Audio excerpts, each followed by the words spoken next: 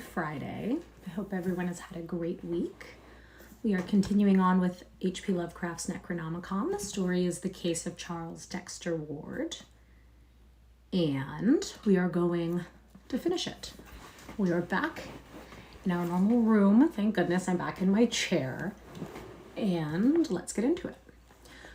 So we stopped about partway through, I think it's chapter 5. These are the things I should sort out before I log on. Yeah, chapter 5, part 4. And we stopped about partway through it. So let's just finish this. Yeah, starting with that.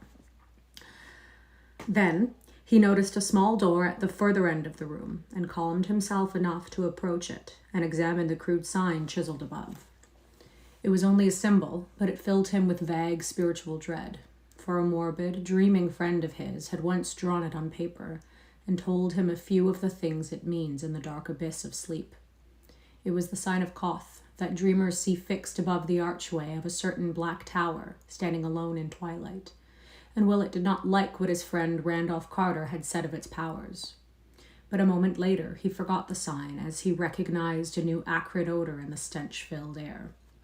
This was a chemical rather than animal smell, and came clearly from the room beyond the door. And it was, unmistakably, the same odor which had saturated Charles Ward's clothing on the day the doctors had taken him away. So it was here that the youth had been interrupted by the final summons. He was wiser than old Joseph Curwen, for he had not resisted. Willett, boldly determined to penetrate every wonder and nightmare this nether realm might contain, seized the small lamp and crossed the threshold. A wave of nameless fright rolled out to meet him, but he yielded to no whim and deferred to no intuition. There was nothing alive here to harm him, and he would not be stayed in his piercing of the eldritch cloud which engulfed his patient. The room beyond the door was of medium size and had no furniture save a table, a single chair, and two groups of curious machines with clamps and wheels which Willett recognized after a moment as medieval instruments of torture. On one side of the door stood a rack of savage whips, above which were some shelves bearing empty rows of shallow pedestaled cups of lead shaped like Grecian kylakes. Kylakes? On the other side was the table, with a powerful argand lamp, a pad and pencil, and two of the stoppered lycothi from the shelves outside set down at irregular places, as if temporarily, or in haste. Willett lighted the lamp and looked carefully at the pad to see what notes young Ward might have been jotting down when interrupted, but found nothing more intelligible than the following disjointed fragments in that crabbled Curwen chirography, which shed no light on the case as a whole. B did not, escaped into walls and found place below. Saw old V say ye Sabaoth and learnt ye way. Raised Yog Shothoth thrice and was ye next day delivered. F sought to wipe out all, knowing how to raise those from outside. As the strong argand blaze lit up the entire chamber, the doctor saw that the wall opposite the door, between the two groups of torturing appliances in the corners, was covered with pegs from which hung a set of shapeless-looking robes, or of a rather dismal yellowish white. But far more interesting were the two vacant walls, both of which were thickly covered with mystic symbols and formulae roughly chiseled in the smooth dressed stone. The damp floor also bore marks of carving, and with but little difficulty Willett deciphered a huge pentagram in the center, with a plain circle about 3 feet wide halfway between this and each corner. In one of these 4 circles, near where a yellowish robe had been flung carelessly down, there stood a shallow kylix of the sort found on the shelves above the whip rack, and just outside the periphery was one of the Phaleron jugs from the shelves in the other room, its tag numbered 118. This was unstoppered and proved upon inspection to be empty, but the explorer saw with a shiver that the kylix was not. Within its shallow area, and saved from scattering only by absence of wind in this sequestered cavern, lay a small amount of a dry, dull greenish effervescent powder which must have belonged in the jug, and Willett almost reeled at the implications that came sweeping over him as he correlated little by little the several elements and antecedents of the scene. the whips and the instruments of torture, the dust or salts from the jog of materia, and 2 lycothi from the custode's shelf, the robes, the formulae on the walls, the notes on the pad, the hints from letters and legends, and the 1,000 glimpses, doubts, and suppositions which had come to torment the friends and parents of Charles Ward. All these engulfed the doctor in a tidal wave of horror as he looked at that dry, greenish powder outspread in the pedestaled leaden kylix on the floor. Ugh, I always do that and I always lose my spot. With an effort, however, Willett pulled himself together and began studying the formulae chiseled on the walls. From the stained and encrusted letters, it was obvious that they were carved in Joseph Curwen's time, and their text was such as to be vaguely familiar to one who had read much Curwen material or delved extensively into the history of magic. One the doctor clearly recognized as what Mrs. Ward heard her son chanting on that noxious Good Friday a year before, and what an authority had told him was a very terrible invocation addressed to secret gods outside the normal spheres. It was not spelled here exactly as Mrs. Ward had set it down from memory, nor as yet the authority had shown it to him in the forbidden pages of Eliphas Levi. Eliphas Levi? But its identity was unmistakable, and such words as Sabathoth, Metaton, Almonsin, and Zeratanitmik, maybe, sent a shudder of fright through the searcher who had seen and felt so much of cosmic abomination just around the corner. This was on the left-hand wall as one entered the room. The right-hand wall was no less thickly inscribed, and Willett felt a start of recognition as he came upon the pair of formulae so frequently occurring in the recent notes in the library. They were, roughly speaking, the same, with the ancient symbols of dragon's head and dragon's tail, heading them as in Ward's scribblings. But the spelling differed quite widely from that of the modern versions, as if old Curwen had had a different way of recording sound, or as if later study had evolved more powerful and perfect variants of the invocations in question. The doctor tried to reconcile the chiseled version with the one which still ran persistently in his head, and found it hard to do. But where the script he had memorized began Yai Nignag Yog Shothoth, this epigraph started out as I Knigah Yog Shothotha, which to his mind would seriously interfere with the syllabification of the second word. Ground as the later text was into his consciousness, the discrepancy disturbed him, and he found himself chanting the first of the formulae aloud in an effort to square the sound he conceived with the letters he found carved. Weird and menacing in that abyss of antique blasphemy rang his voice, its accented keys to a droning sing-song, either through the spell of the past and the unknown, or through the hellish example of that dull, godless wail from the pits whose inhuman coldness rose and fell rhythmically in the distance through the stench and the darkness. This is another one I'm going to show and not chant because I don't know what we're saying. That's the chant. Call up whatever you want to. Hi, bread guy. But what was this cold wind which had sprung into life at the very outset of the chant? Do I have any tips on how to read fast but still comprehend everything? No, I think that just comes with time. I think just read at whatever pace you can read at to comprehend. And then eventually you'll get faster or you won't. And that's fine. But what was this cold wind which had sprung into life at the very outset of the chant? The lamps were sputtering woefully, and the gloom grew so dense that the letters on the wall nearly faded from sight. There was smoke, too, and an acrid odor which quite drowned out the stench from the faraway wells, an odor like that he had smelt before, yet infinitely stronger and more pungent. He turned the inscriptions to face the room with its bizarre contents, and saw that the kylix on the floor, in which the ominous effervescent powder had lain, was giving forth a cloud of thick, greenish-black vapor of surprising volume and opacity. That powder, great God! It had come from the shelf of materia. What was it doing now, and what had started it? The formula he had been chanting, the first of the pair, dragon's head, ascending node. Blessed Savior, could it be? The doctor reeled, and through his head raced wildly disjointed scraps from all he had seen, heard, and read of the frightful case of Joseph Curwen and Charles Dexter Ward. I say to you again, do not call up anything that you cannot put down. Have ye words for laying at all times ready, and stop not to be sure when there is any doubt from whom you have. 3 talks with what was therein inhumed. Mercy of heaven, what is that shape behind the parting smoke? Part 5. Marinus Bicknell Willett had no hope that any part of his tale will be believed, except by certain sympathetic friends. Hence, he has made no attempt to tell it beyond his most intimate circle. Only a few outsiders have ever heard it repeated, and of these, the majority laugh and remark that the doctor surely is getting old.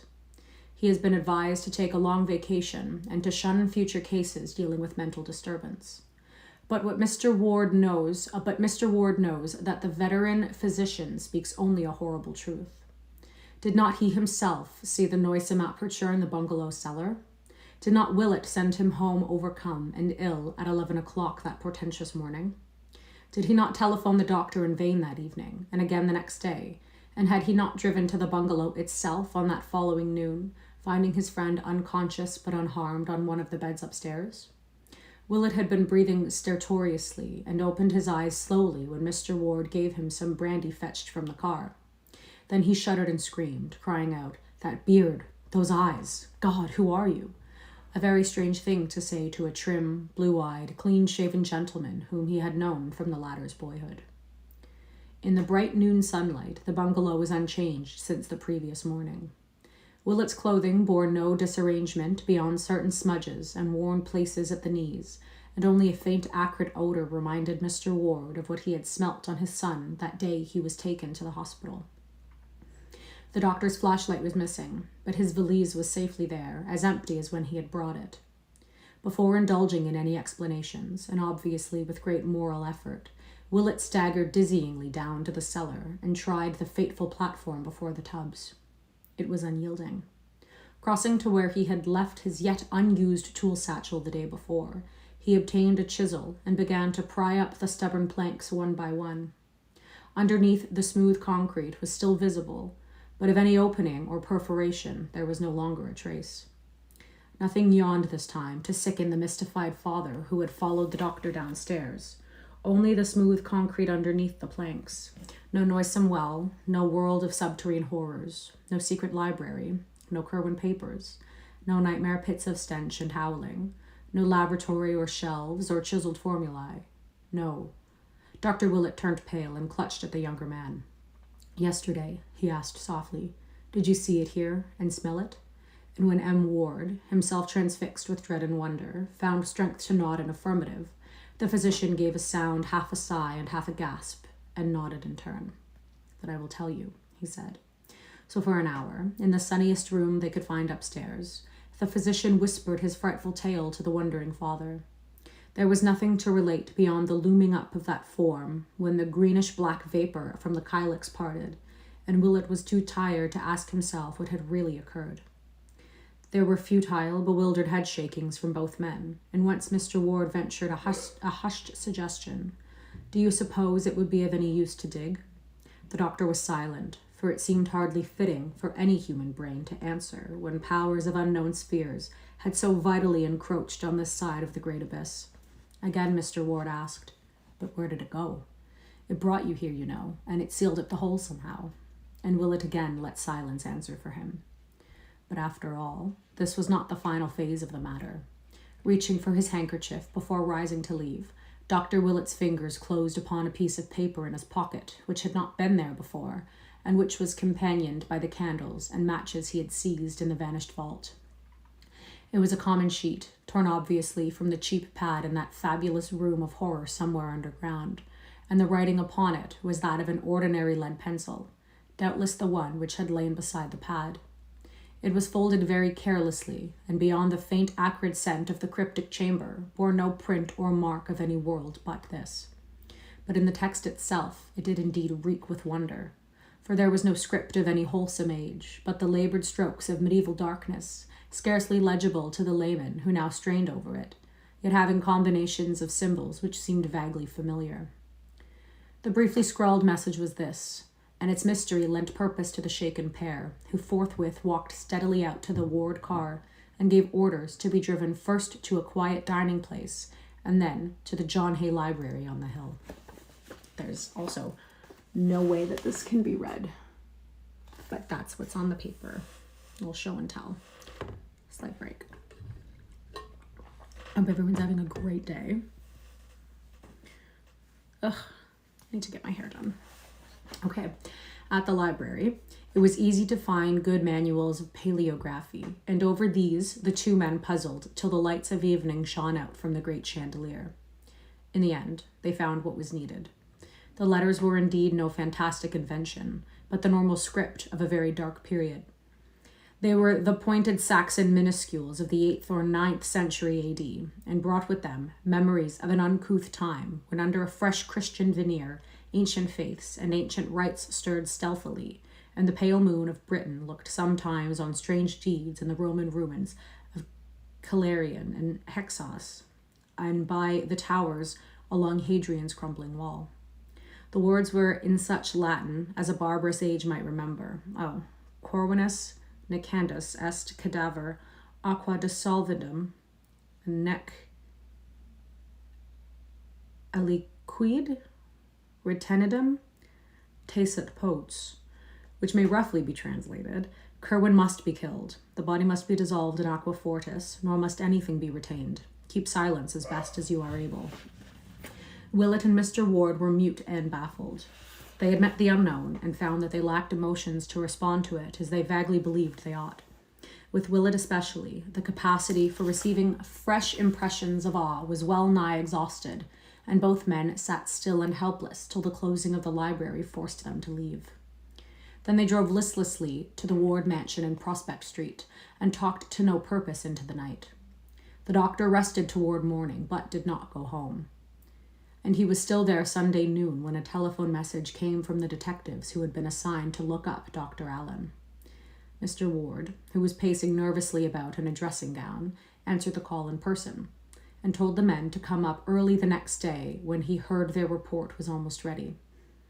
Both Willett and he were glad that this phase of the matter was taking form, for whatever the origin of the strange minuscule message, it seemed certain that the Curwen, who must be destroyed, could be no other than the bearded and spectacled stranger. Charles had feared this man and had said in the frantic note that he must be killed and dissolved in acid. Allen, moreover, had been receiving letters from the strange wizards in Europe under the name of Curwen, and palpably regarded himself as an avatar of the bygone necromancer. And now from a fresh and unknown source had come a message saying that Curwen must be killed and dissolved in acid. The linkage was too unmistakable to be factitious, and besides, was not Allen planning to murder young Ward upon the advice of the creature called Hutchinson? Of course, the letter they had seen had never reached the bearded stranger, but from its text they could see that Allen had already formed plans for dealing with the youth if he grew too squeamish. Without doubt, Allen must be apprehended, and even if the most drastic directions were not carried out, he must be placed where he could inflict no harm upon Charles Ward. That afternoon, hoping against hope to extract some gleam of information anent the inmost mysteries from the only available one capable of giving it, the father and the doctor went down the bay and called on young Charles at the hospital. Simply and gravely, Willett told him all he had found, and noticed how pale he turned as each description made certain the truth of the discovery. The physician employed as much dramatic effect as he could, and watched for a wincing on Charles's part when he approached the matter of the covered pits and the nameless hybrids within it. But Ward did not wince. Willett paused, and his voice grew indignant as he spoke of how the things were starving. He taxed the youth with shocking inhumanity, and shivered when only a sardonic laugh came in reply.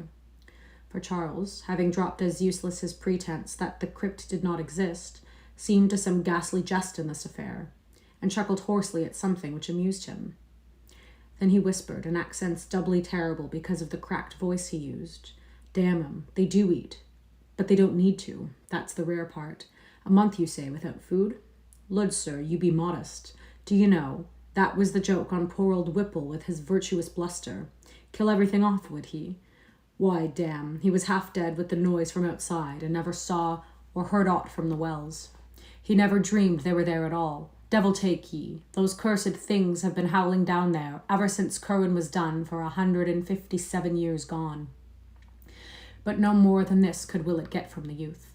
Horrified, yet almost convinced against his will, he went on with his tale in the hope that some incident might startle his auditor out of the mad composure he maintained. Looking at the youth's face, the doctor could not but feel a kind of terror at the changes which recent months had wrought. Truly, the boy had drawn down nameless horrors from the skies. When the room with the formulae and greenish dust was mentioned, Charles showed his first sign of animation. A quizzical look overspread his face as he heard what Willett had read on the pad, and he ventured the mild statement that those notes were old ones, of no possible significance to anyone not deeply initiated in the history of magic. But, he added, had you but known the words to bring up that which I had out in the cup, you had not been here to tell me this. 'Twas number 118, and I conceive you would have shook had you looked it up in my list in the other room.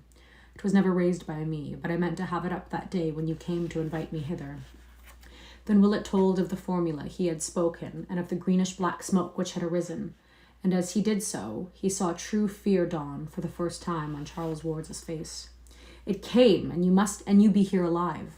As Ward croaked the words, his voice seemed almost to burst free of its trammels and sink to cavernous abysses of uncanny resonance. Willett, gifted with a flash of inspiration, believed he saw the situation, and wove into his reply a caution from the letter he remembered. Number 118, you say, but don't forget that stones are all changed now in 9 grounds out of 10. You are never sure till you question. And then, without warning, he drew forth the minuscule message and flashed it before the patient's eyes. He could have wished no stronger result, for Charles Ward fainted forthwith. All this conversation, of course, had been conducted with the greatest secrecy, lest the resident alienists accuse the father and the physician of encouraging a madman in his delusions. Unaided, too, Dr. Willett and Mr. Ward picked up the stricken youth and placed him on the couch.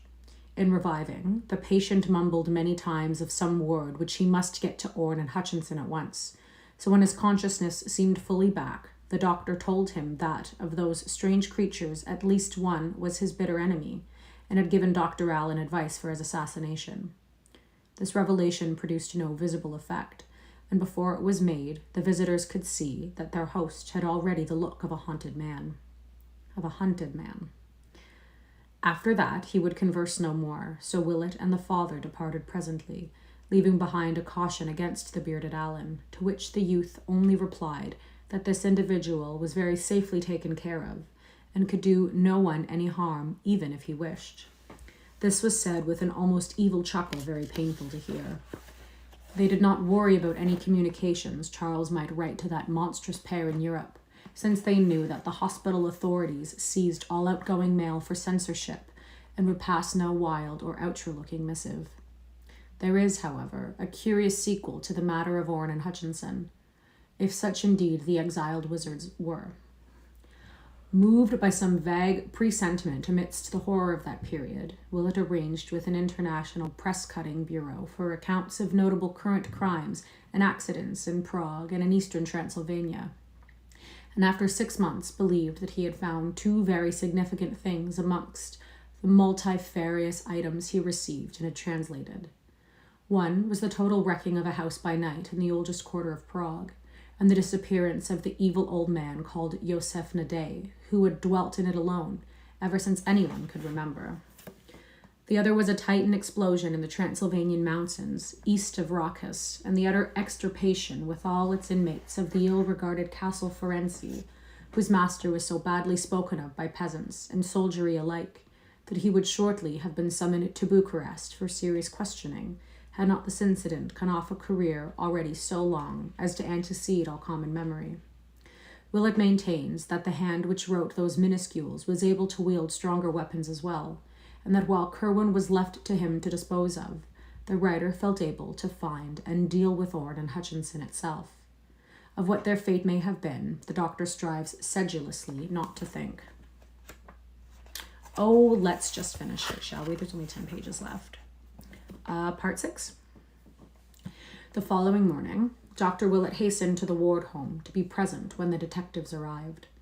Allen's destruction or imprisonment, or Curwen's, if one might regard the tacit claim to reincarnation as valid, he felt must be accomplished at any cost, and he communicated this conviction to Mr. Ward as they sat waiting for the men to come. They were downstairs this time, for the upper parts of the house were beginning to be shunned because of a peculiar nauseousness which hung indefinitely about, a nauseousness which the older servants connected with some curse left by the vanished Curwen portrait. At 9 o'clock, the three detectives presented themselves and immediately delivered all that they had to say.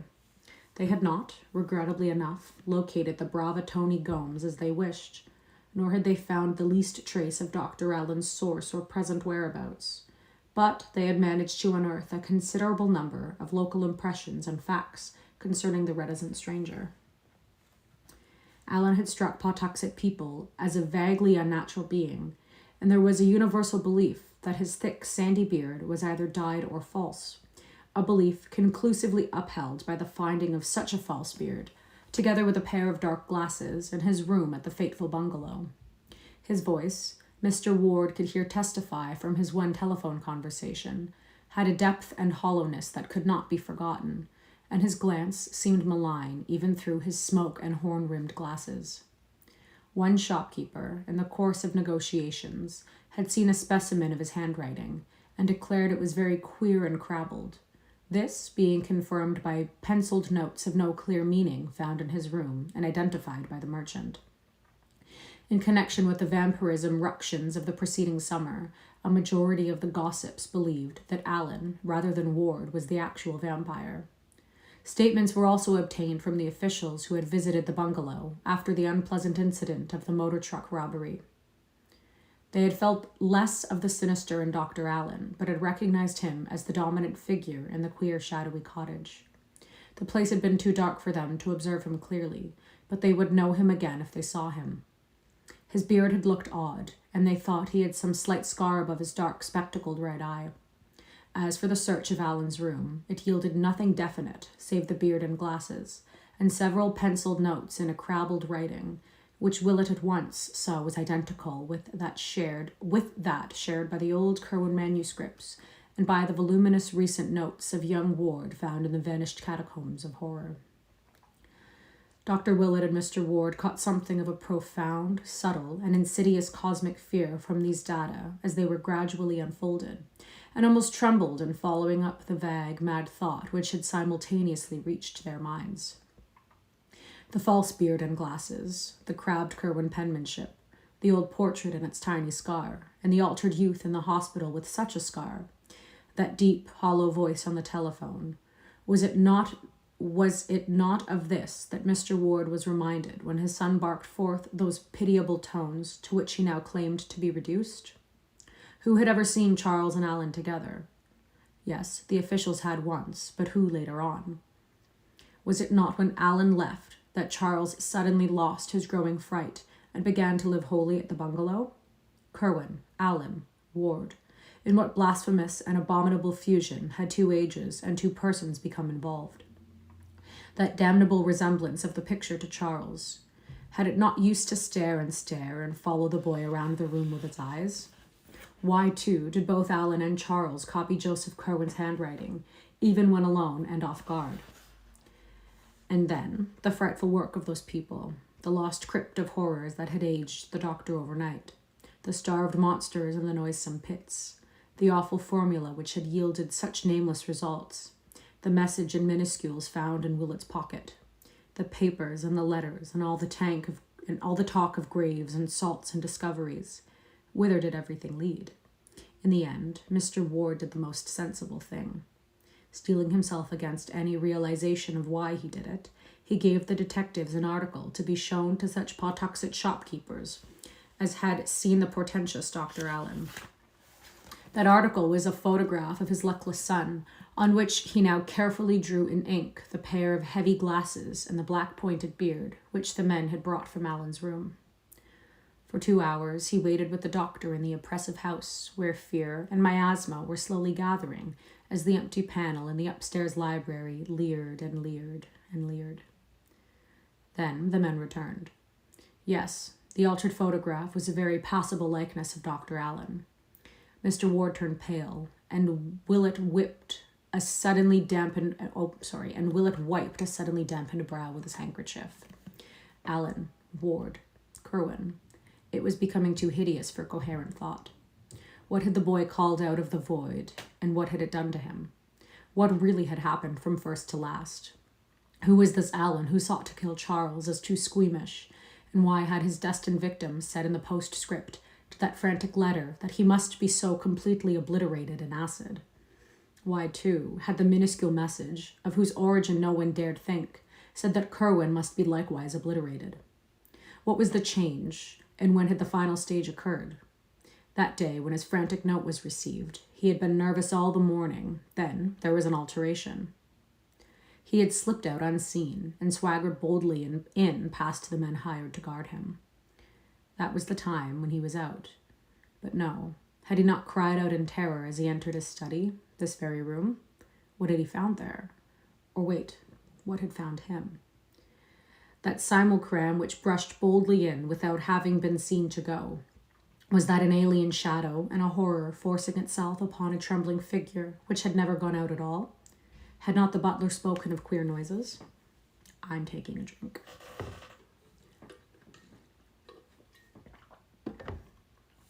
Willett rang for the man and asked him some low-toned questions. It had, surely enough, been a bad business. Oh, this happens every time the sun's coming out, and let's just hope that the phone doesn't overheat. Happens every time. Oh well. Willett rang for the man and asked him some low-toned questions. It had, surely enough, been a bad business. There had been noises, a cry, a gasp, a choking, and a sort of clattering or creaking or thumping, or all of these. And Mr. Charles was not the same when he stalked out without a word. The butler shivered as he spoke and sniffed at the heavy air that blew down from some open window upstairs. Terror had settled definitely upon the house, and only the business-like detectives failed to imbibe a full measure of it. Even they were restless, for this case had held vague elements in the background which pleased them not at all. Dr. Willett was thinking deeply and rapidly, and his thoughts were terrible ones. Now and then he would almost break into mutterings as he ran over in his head a new, appalling, and increasingly conclusive chain of nightmare happenings. Then Mr. Ward made a sign that the conference was over, and everyone, save him and the doctor, left the room. It was noon now, but shadows, as of coming night, seemed to engulf the phantom-haunted mansion. Willett began talking very seriously to his host, and urged that he leave a great deal of the future investigation to him. There would be, he predicted, certain obnoxious elements which a friend could bear better than a relative. As family physician, he must have a free hand, and the first thing he required was a period alone and undisturbed in the abandoned library upstairs, where the ancient overmantel had gathered about itself an aura of noisome horror more intense than when Joseph Kerwin's features themselves glanced slyly down from the painted panel. Mr. Ward, dazed by the flood of grotesque morbidities and unthinkably maddening suggestions that poured in upon him from every side, could only acquiesce. And half an hour later, the door was locked in the shunned room with the paneling from Olney Court. The father, listening outside, heard fumbling sounds of moving and rummaging as the moments passed, and finally a wrench and a creak, as if a tight cupboard door were being opened. Then there was a muffled cry, a kind of snorting choke, and a hasty slamming of whatever had been opened. Almost at once the key rattled, and Willett appeared in the hall, haggard and ghastly, and demanding wood for the real fireplace on the south wall of the room. The furniture was not enough, he said, and the electric log had little practical use. Longing, yet not daring to ask questions, Mr. Ward gave the requisite orders, and a man brought some stout pine logs, shuddering as he entered the tainted air of the library, to place them in the grate. Willett, meanwhile, had gone up to the dismantled laboratory and brought down a few odds and ends not included in the moving of the July before. They were in a covered basket, and Mr. Ward never saw what they were. Then the doctor locked himself in the library once more, and by the clouds of smoke which rolled down past the windows from the chimney, it was known that he had lighted the fire. Later, after a great rustling of newspapers, that odd wrench and creaking were heard again, followed by a thumping which none of the eavesdroppers liked. Thereafter, two suppressed cries of Willets were heard, and hard upon these came a swishing rustle of indefinable hatefulness. Finally, the smoke that the wind beat down from the chimney grew very dark and acrid, and everyone wished that the weather had spared them this choking and venomous inundation of peculiar fumes. Mr. Ward's head reeled, and the servants all clustered together in a knot to watch the horrible black smoke swoop down. After an age of waiting, the vapors seemed to lighten, and half-formless sounds of scraping, sweeping, and other minor operations were heard from behind the bolted door. And at last, after the slamming of some cupboard within, Willett made his appearance, sad, pale, and haggard, and bearing the cloth-draped basket he had taken from the upstairs laboratory. He had left the window open, and into that once accursed room was pouring a wealth of pure, wholesome air to mix with a queer new smell of disinfectants. The ancient overmantel still lingered, but it seemed robbed of malignity now, and rose as calm and stately in its white panelling as if it had never borne the picture of Joseph Curwen. Night was coming on, yet this time its shadows held no latent fright, but only a gentle melancholy. Of what he had done, the doctor would not speak. To Mr. Ward, he said, "I can answer no questions, but I will say that there are different kinds of magic. I have made a great purgation. Those in this house will sleep the better for it." Part 7. That Dr. Willett's purgation had been an ordeal almost as nerve-wracking in its way as his hideous wandering in the vanished crypt is shown by the fact that the elderly physician gave out completely as soon as he reached home that evening. For 3 days he rested constantly in his room, though servants later muttered something about having heard him after midnight on Wednesday, when the outer door softly opened and closed with phenomenal softness. Servants' imaginations, fortunately, are limited, else comment might have been excited by an item in Thursday's evening bulletin which ran as follows: North End ghouls again active. After a lull of 10 months since the dastardly vandalism in the Whedon lot at the North Burial Ground, a nocturnal prowler was glimpsed early this morning in the same cemetery by Robert Hart, the night watchman. Happening to glance for a moment from his shelter at about 2 a.m., Hart observed a glow of a lantern or pocket torch not far to the northward, and upon opening the door, detected the figure of a man with a trowel, very plainly silhouetted against a nearby electric light. At once, starting in pursuit, he saw the figure dart hurriedly toward the main entrance, gaining the street and losing himself among the shadows before approach or capture was possible. Like the first of the ghouls active during the past year, this intruder had done no real damage before detection. A vacant part of the Ward lot showed signs of a little superficial digging, but nothing even nearly the size of a grave had been attempted, and no previous grave had been disturbed. Hart, who cannot describe the prowler except as a small man, probably having a full beard, inclines to the view that all 3 of the digging incidents have a common source. But police from the second station think otherwise on account of the savage nature of the second incident, where an ancient coffin was removed and its headstone violently shattered. The first of the incidents, in which it is thought an attempt to bury something was frustrated, occurred a year ago last March and has been attributed to bootleggers seeking a cache. It is possible, says Sergeant Riley, that this third affair is of similar nature. Officers at the second station are taking especial pains to capture the gang of miscreants responsible for these repeated outrages. All day Thursday, Dr. Willett rested as if recuperating from something past or nerving himself for something to come. In the evening, he wrote a note to Mr. Ward,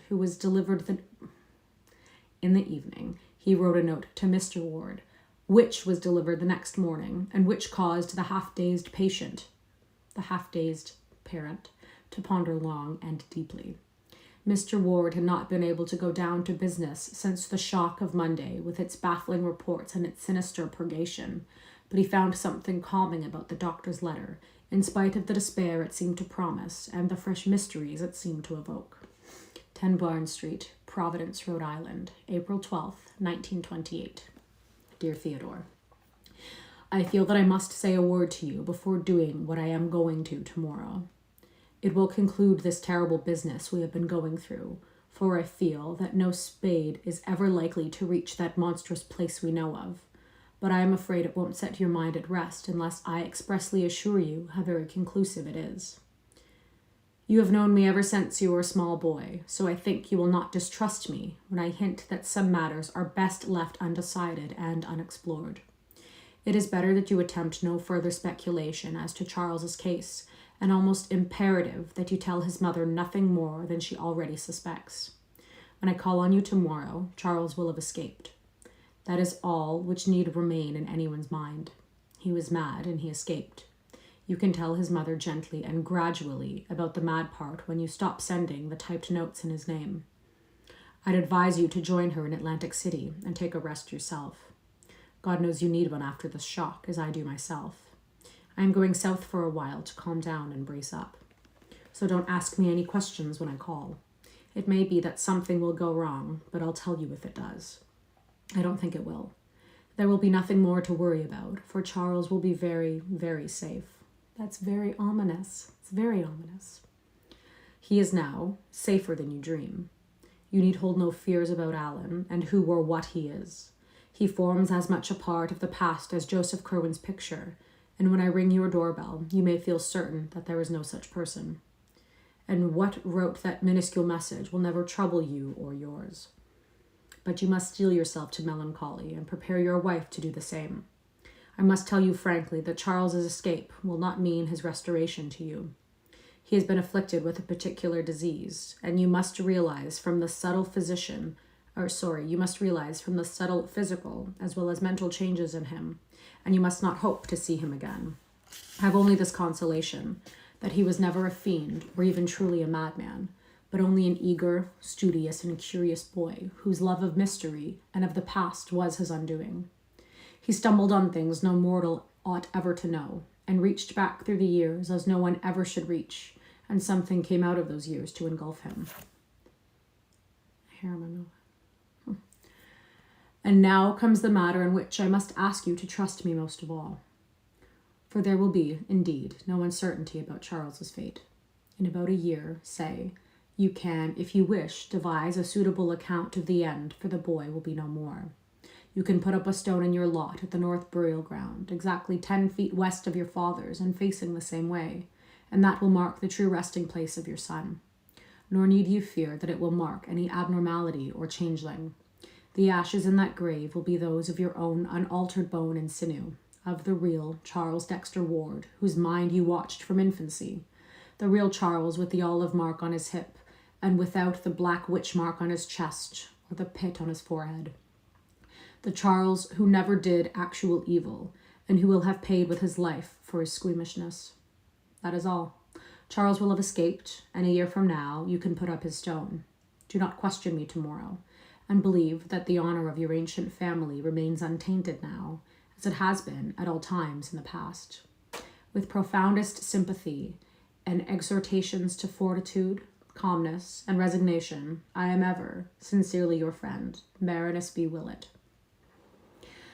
So on the morning of Friday, April 13th, 1928, Baroness Bicknell Willett visited the room of Charles Dexter Ward at Dr. Waite's private hospital in Conanicut Island.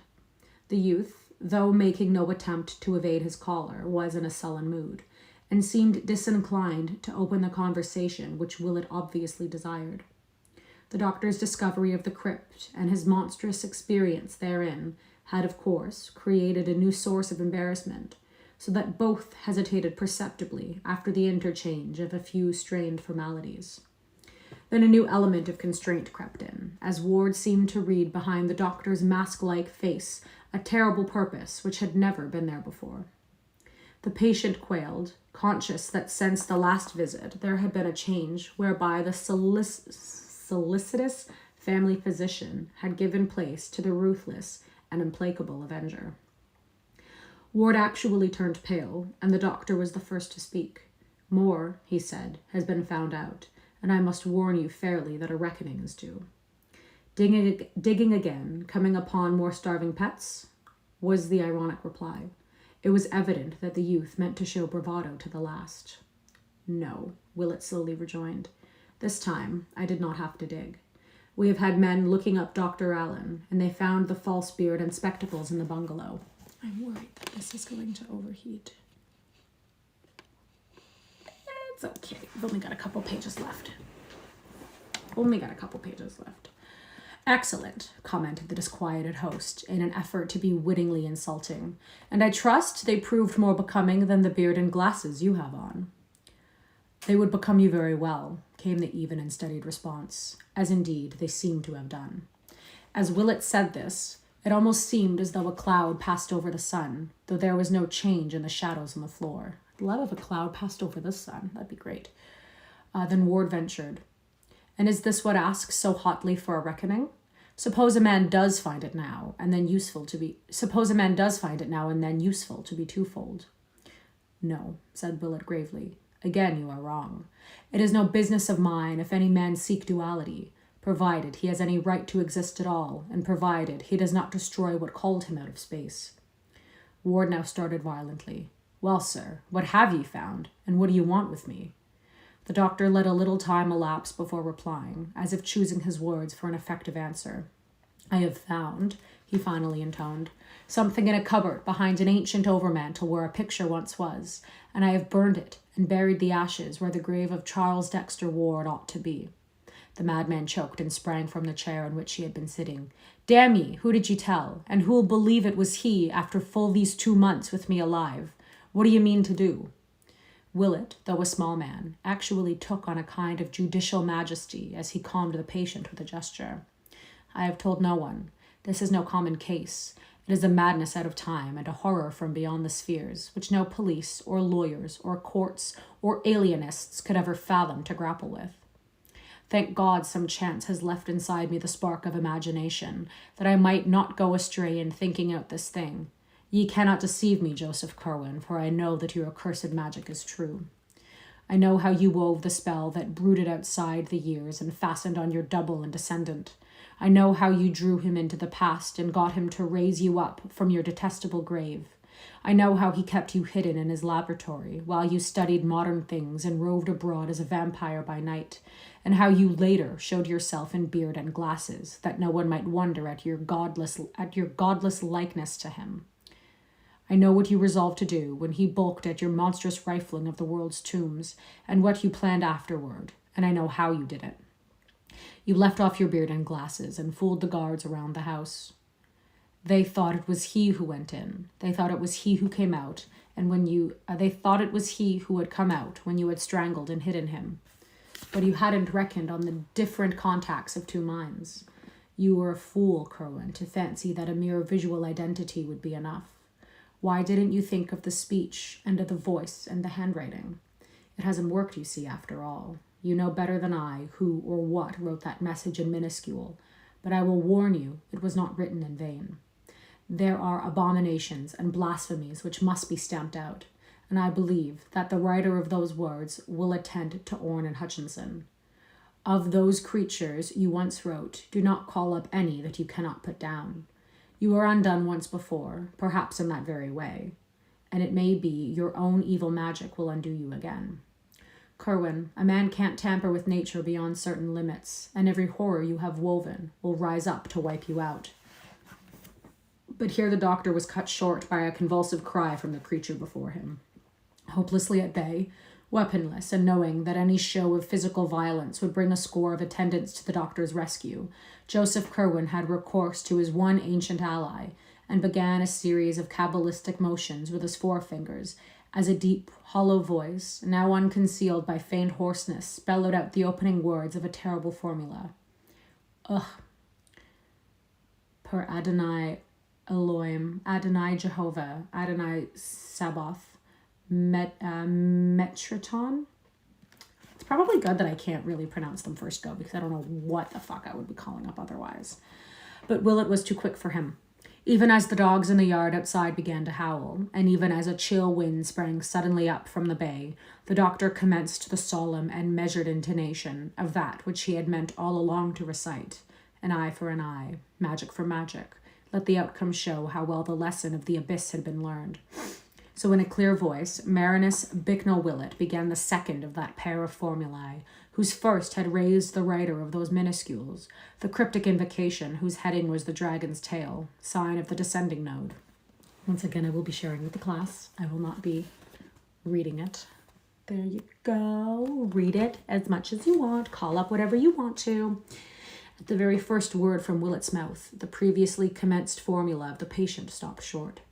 Unable to speak, the monster made wild motions with his arms until they too were rested. When the awful name of Yog-Sothoth was uttered, the hideous change began.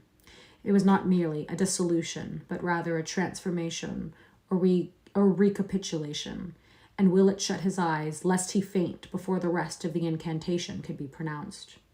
But he did not faint, and that man of unholy centuries and forbidden secrets never troubled the world again. The madness out of time had subsided, and the case of Charles Dexter Ward was closed. Opening his eyes before staggering out of that room of horror, Dr. Willett saw that what he had kept in memory had not been kept amiss. There had, as he had predicted, been no need for acids. For like his accursed picture a year before, Joseph Curwen now lay scattered on the floor as a thin coating of fine bluish-gray dust. And that is the end of the case of Charles Dexter Ward. So, I will upload this on YouTube. Thank you. I will upload this on YouTube. Same name as this channel. It's K.I. Reads Classics. It's all one word, no space. And we will be back tomorrow. Oh yes, I also now have little emotes that you guys can use in the chat. So that's super fun. Thanks. Have a great day. Bye.